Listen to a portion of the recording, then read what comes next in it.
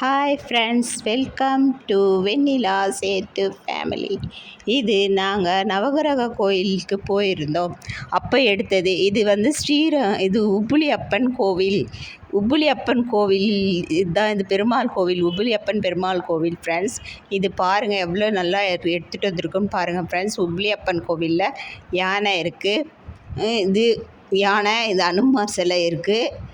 நிறைய சிலைங்கள்லாம் இருக்குது ஃப்ரெண்ட்ஸ். நிறைய எடுத்துருக்குறோம் பாருங்கள். இது கோவில் ஃபுல்லாகவே சுற்றியே எடுத்துருக்குறோம். இது ஃபுல்லாக ஒவ்வொரு சன்னதியாக எடுத்துகிட்டு வந்தது. இது பார்க்குறதுக்கே ரொம்ப நல்லா இருந்துச்சு ஃப்ரெண்ட்ஸ். நவகிரக கோவிலுக்கு போனோம், ஆனால் ஒரு சில மூலஸ்தானம்லாம் விடலை ஃப்ரெண்ட்ஸ்.